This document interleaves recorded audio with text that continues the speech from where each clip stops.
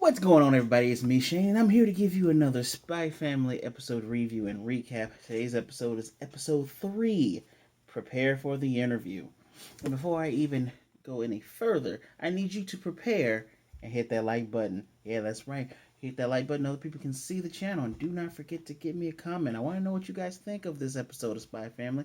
And what do you think of my videos in general. And don't forget to subscribe. Hit the notification bell to be notified of more videos like this. And go ahead and share that video. So, uh, it's almost silly when shows do recaps. Especially when you're just 3 episodes in.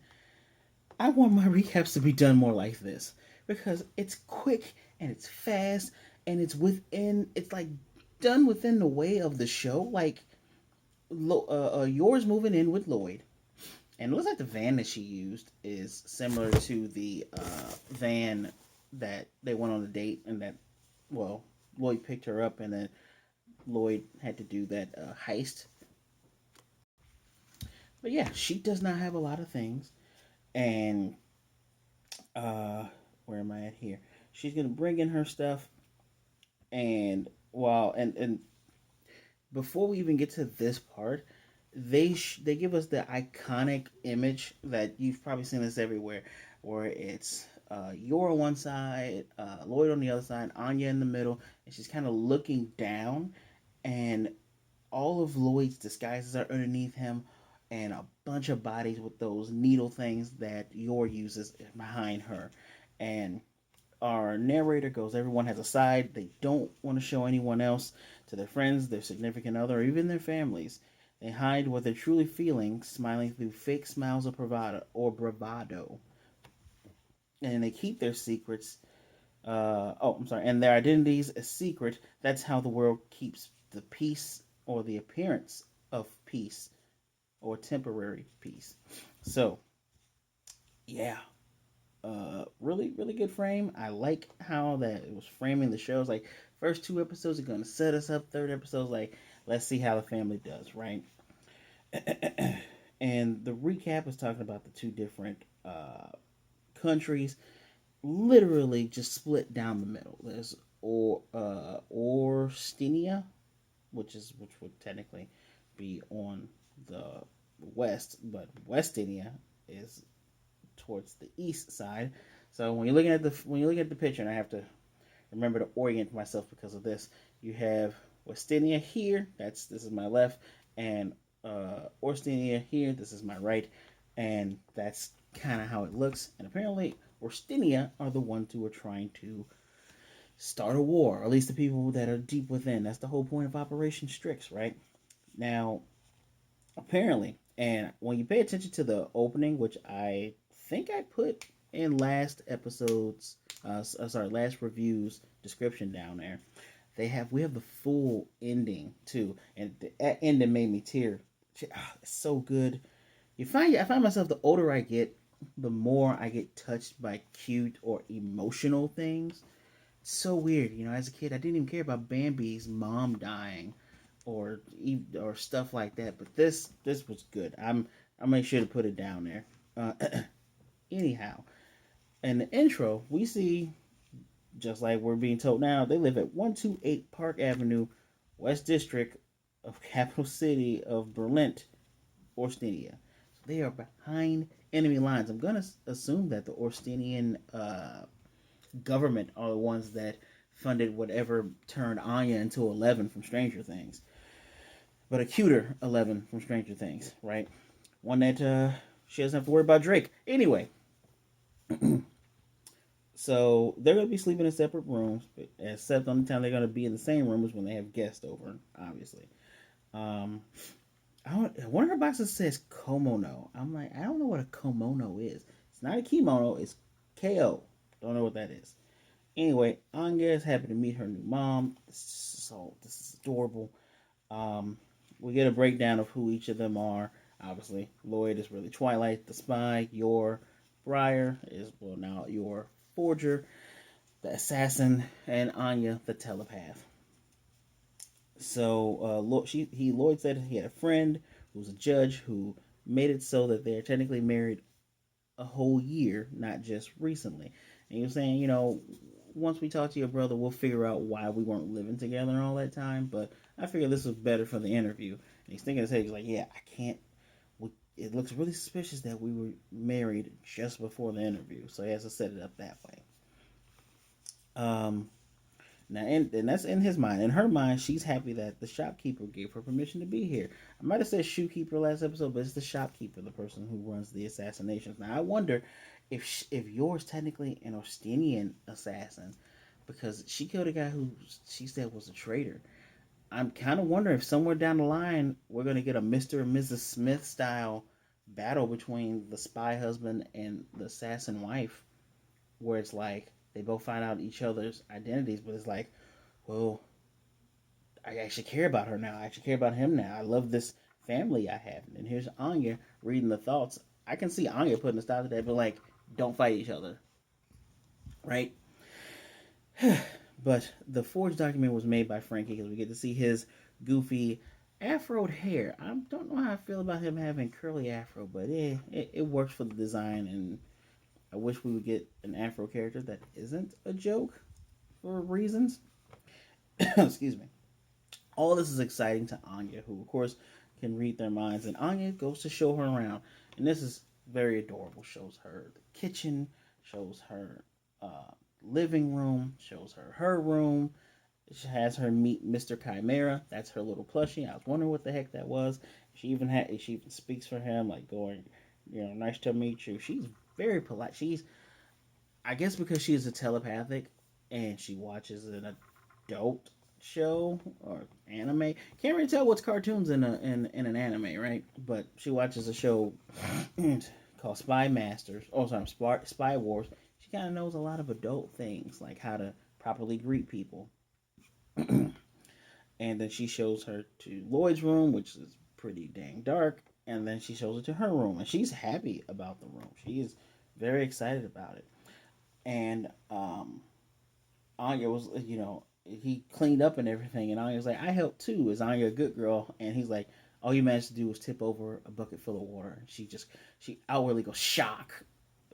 Like, dude busts, I have to figure out a better way of saying that.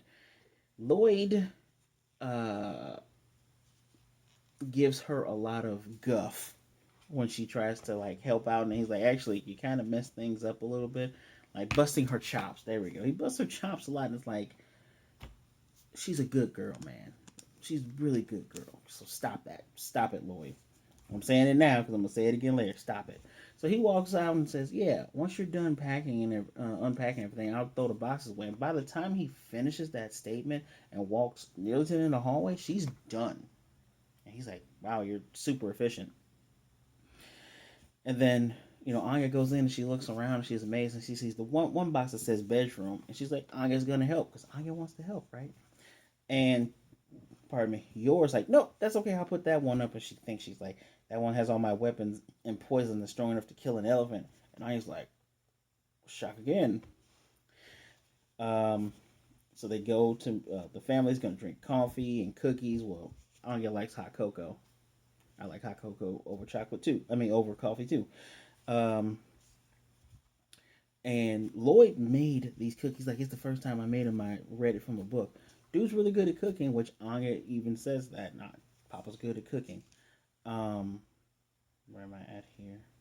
And Anya said, I helped make them too. And he's like, in reality, because we should see your sneeze with all the flour. He's like, you actually got flour everywhere. And then you just sat and ate peanuts. I'm just like, stop busting her chops. You need to understand how kids in a family work, man. You need to do a little bit more than just the whole making sure she doesn't die part, which is 95% of it. 95% of it. So he's like, all right, let's begin the interview process, which he gets those glasses on, and he goes from casual Loid to the suit Loid.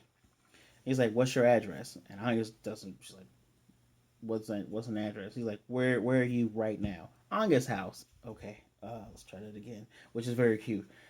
And he goes to Yor, and but he goes before that. He says, well, what do you do on your days off? And she's like, Papa locks me inside the house and says, don't go anywhere, and tells me to watch TV by myself.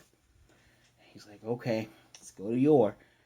And he says, Yor, how do people usually get into Edens? How do they pass the exam? And she talks about cracking skulls and fracturing bones and killing and taking out people. And Anya's just looking like, and he's surprised that her brother turned out decent. All the thoughts that he has about them is, of course, all in his mind. And he finds himself losing heart, like after a decade of being a spy and all these missions. He's like, I don't know if I can do this. And he stands up and he's like, has his back to them a little bit. And Yor says, "Don't give up, Loid's son. Remember your late wife's wishes." It was just okay. This is funny. It's very funny too because I'm gonna cut myself off. I like that Anya tries to set up using her psychic powers in coincidental ways, which we'll see later on. But it's like Loid and Yor are blissfully aware. Like you'll see what I mean when I get there. Especially Loid. So they're gonna. He says, "You know what? We'll do this. Clearly, we're not ready. Let's just go out. We're gonna go and broaden our horizons. We'll see what normal upper class family does, right? Because this is an upper class place they're trying to go to. So they're going out. Unfortunately, and even Yor mentioned earlier, she doesn't have a lot of different clothing for the interview. So he's like, "That's all right. We're gonna go to the tailors, right?" And I'm like, "You guys have to be upper class because you don't go to a store. You go to a tailor for people to make you stuff." Also, what year is this supposed to be? It has to be the 70s, right? It has to be. Has to be. So anyway, um, Anya says outing wrong, which is funny. She says ooting, and she asked to hold Mama's hand. Lord's like, yeah, she likes her heart, good. And Yor is happy to hold her hand, and she thinks, oh, she reminds me of my little brother when he was young and cute. I remember I hugged him too tight one time and broke two of his ribs. I gotta make sure to be careful. And Anya just lets go of her hand and hides behind a bush like this, and it's just hilarious. It's hilarious. Um, was like, it's all right. I got a friend hooked me up with got tickets to the opera, two tickets because Anya's like 4 or 5, right? They go in, and he's thinking like, yeah, tradition, the statues are great. They maintain the image and all this other blah blah blah blah stuff. And Anya is full blown asleep. You can even see half, like a little bit of the white of her eye, and she's just full blown knocked out. And Yor's head is just steam coming off of it. She has the same outfit we always see her in, her killing outfit. And so next up, they're going to the museum. So Loid tells Anya, "No yelling in here, Anya." She's like, "Okay." She's like, "Papa, I see her boobies. Papa, their head is chopped off and the body's chopped up." And he's like, "Didn't I just tell you to not yell?" And Yor is looking at a painting of a guillotine. Full, she usually has the rosy, blushy cheeks, but her cheeks are full on blush. Like she's almost orgasmically looking at this paint, like, oh, sharp killing thing. And so they go deeper in. There's a kids section for the kids to draw on the little wall and stuff. Anya wants to draw. And he's like, all right, cool. You and I will sit over here. Let's sit over here for a bit. So she's drawing Director Chimera in charge of the spy facility. And here's, Papa Spy, pew pew, and Mama Assassin, stabby stab. And some time passes, and Loid's like, all right, it's time for us to head on out. And Anya's like, oh, if he sees it, he'll know about my powers. Remember, she actually draws pretty decently. Remember, this is a wall that other people have scribbled and put paintings on. So he can't really make it out. So he can't really tell that what's supposed to be Mr. Chimera, he says is a pig. And it's not a pig. And she's like, no, that's Director Chimera. And he's like, is that Bondman? Bondman is supposed to be her dad. Bondman, I assume, is the name of the guy that looks like Dick Tracy in the Spy Wars that she watches. Such a lovely family. Anyway, and she's like, this looks like a witch, and it looks really graphic. Of course, that's supposed to be the assassin Yor. He's like, and what's that there? She's like, that's a doggy.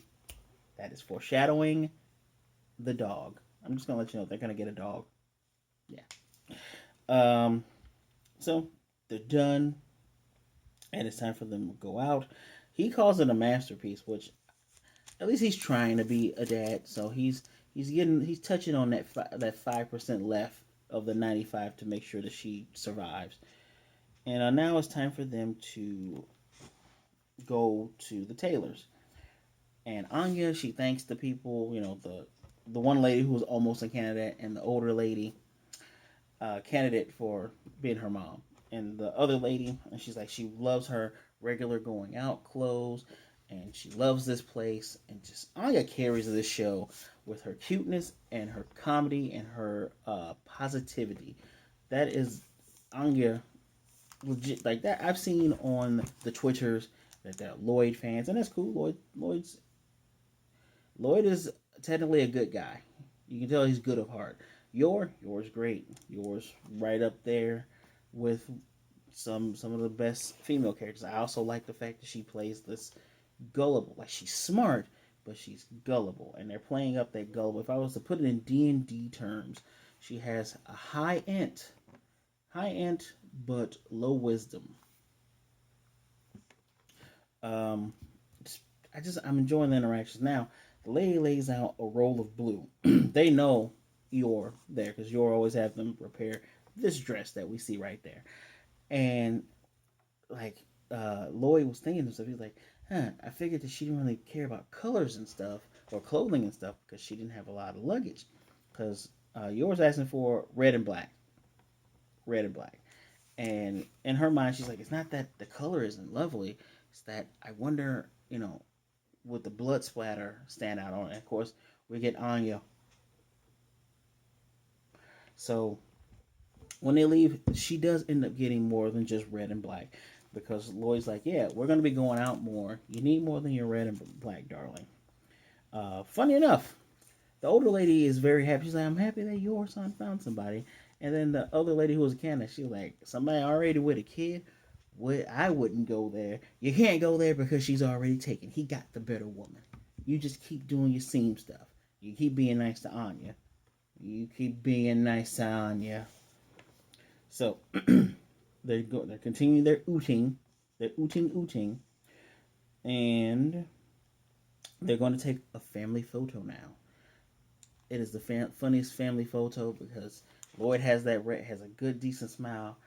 Anya makes a funny face, and Yor makes a funny face because they've never done this before. It's wonderful and charming.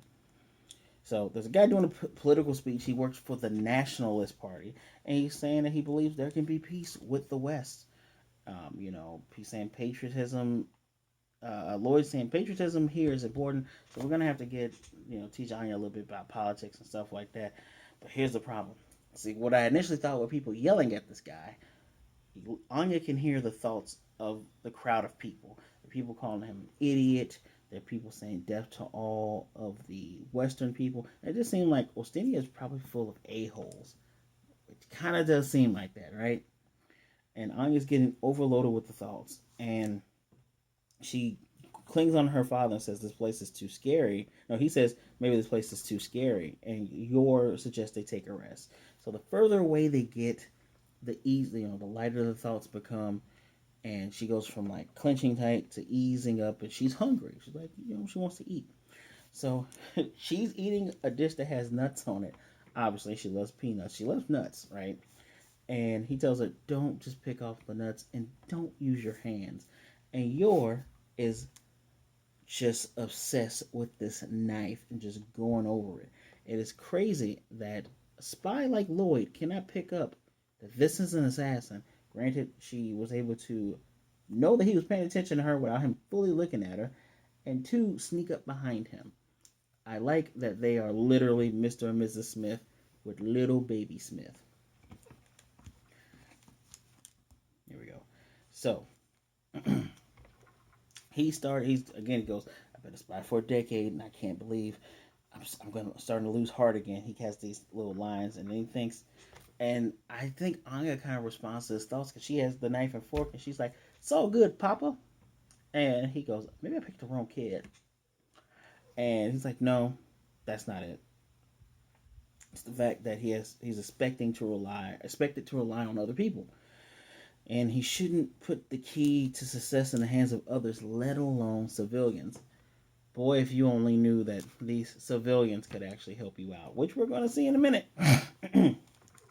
So he's pinching the bridge of his nose, like so, and we get, flash.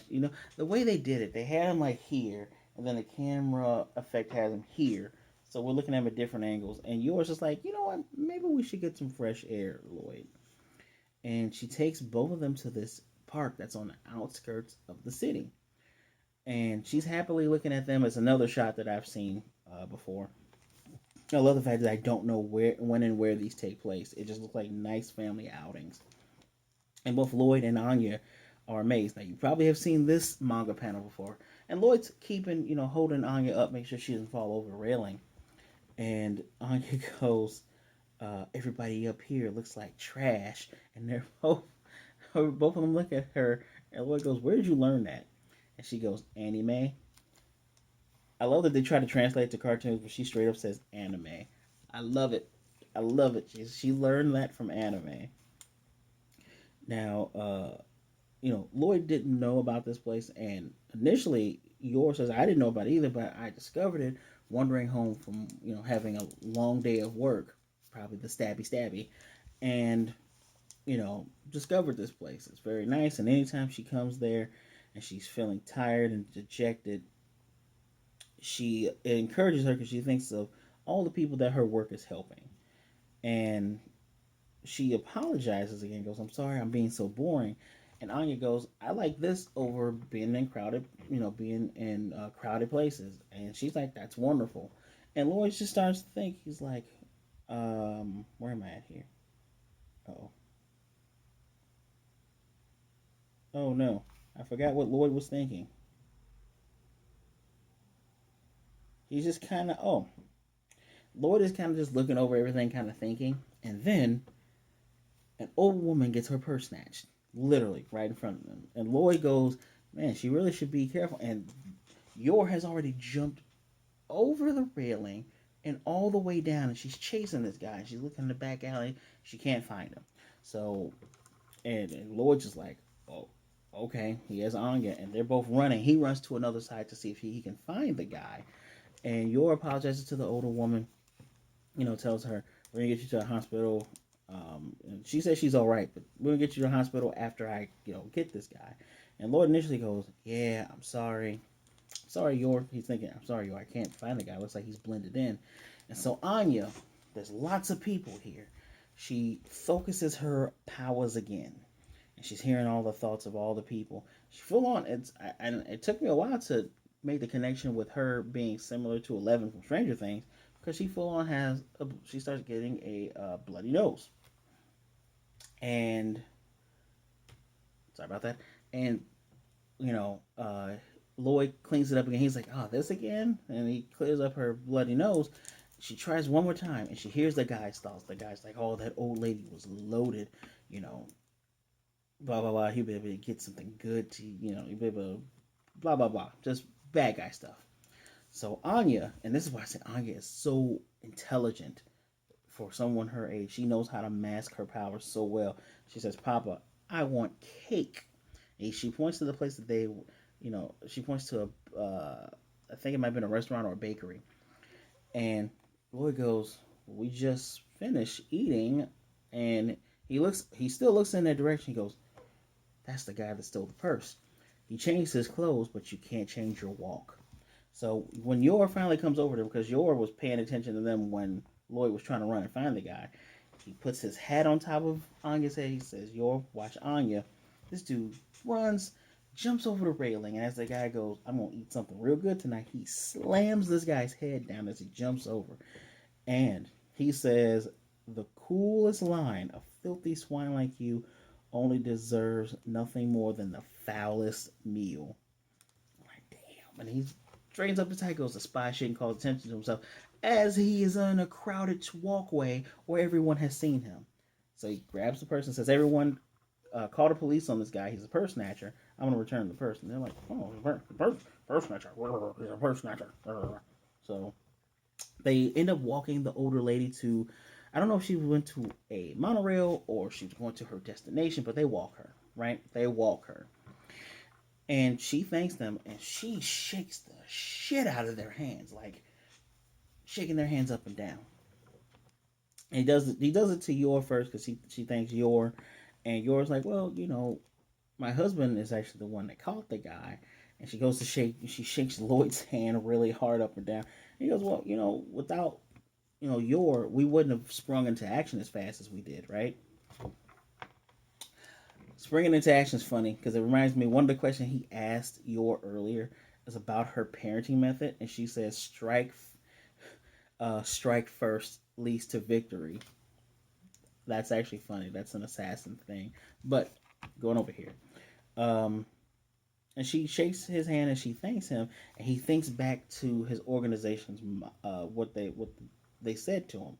You know, um, they are heroes that cast no shadow. The great deeds that him and his fellow agents do will never see the light of day. And he thinks of this as she's thanking him, and he has a little soft blush on his face, and he thinks, you know what? A thanks every once in a while is nice. And Anya goes, Papa is a softie. Papa is a softie. And then he thanks Yor again and says, you know what? He'll be able to work even harder now thanks to her. And they both share full blush, deeper blush for her because she already has a natural blush, but deeper red on her cheeks and a bigger blush on his face. And they're looking at one another. Anya is looking between the both of them, and she goes, Mama and Papa are flirting. And they both just yell, no, we're not. Apparently, the old woman, she had that much money on her because she was going to buy her grandson a gift. She tells them both, you all look like a really good family. Very, very lovely family. And I was like, I help too. And Lloyd's like, you know what? If you weren't hungry again, I wouldn't have spotted the guy. Good girl. Old lady gives her candy. We didn't hear her thank her, even though Lloyd did tell her, remember you tell her thank you.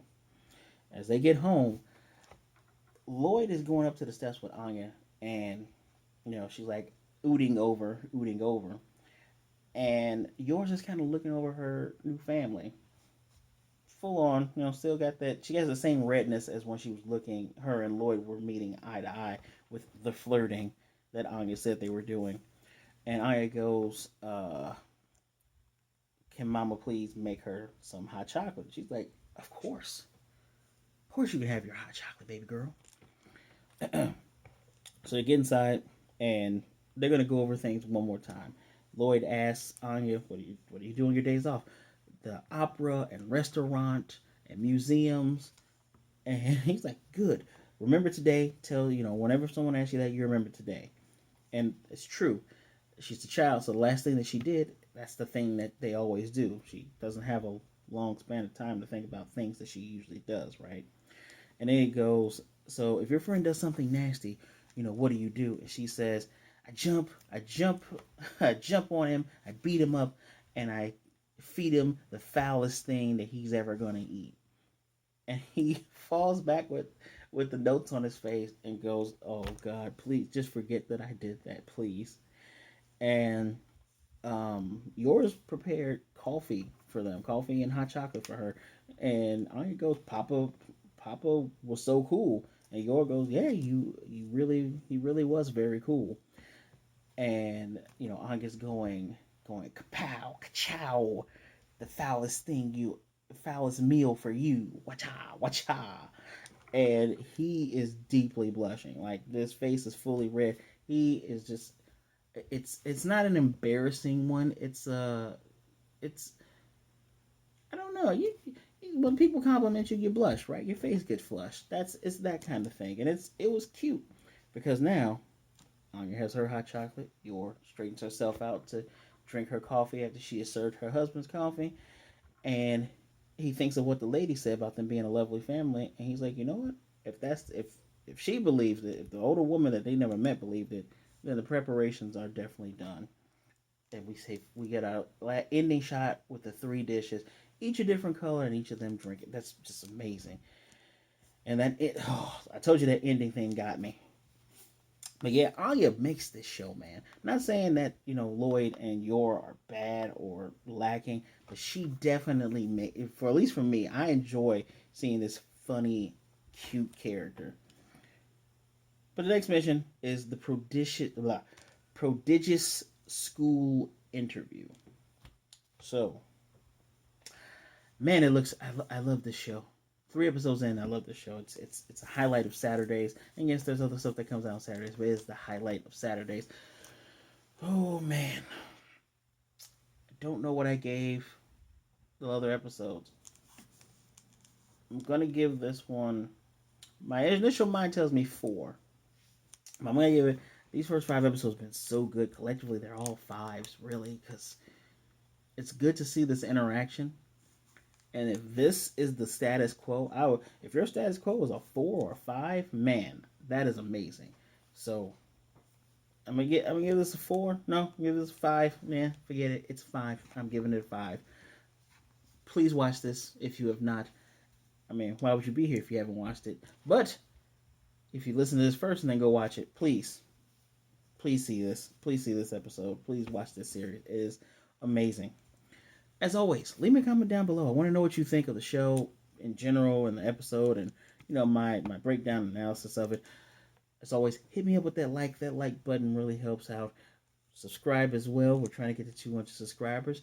And as always, hit the notification bell and be notified of more videos like this. Don't forget to share. Sharing is caring. As always, thank you for taking some time out to spend some time with me. Be good, be blessed. Wash those hands. Wear that mask. Be safe out there, you all. Be good to yourself, be good to others. Either way it goes, please don't be a jerk. And I will most definitely see each and every last one of you next time.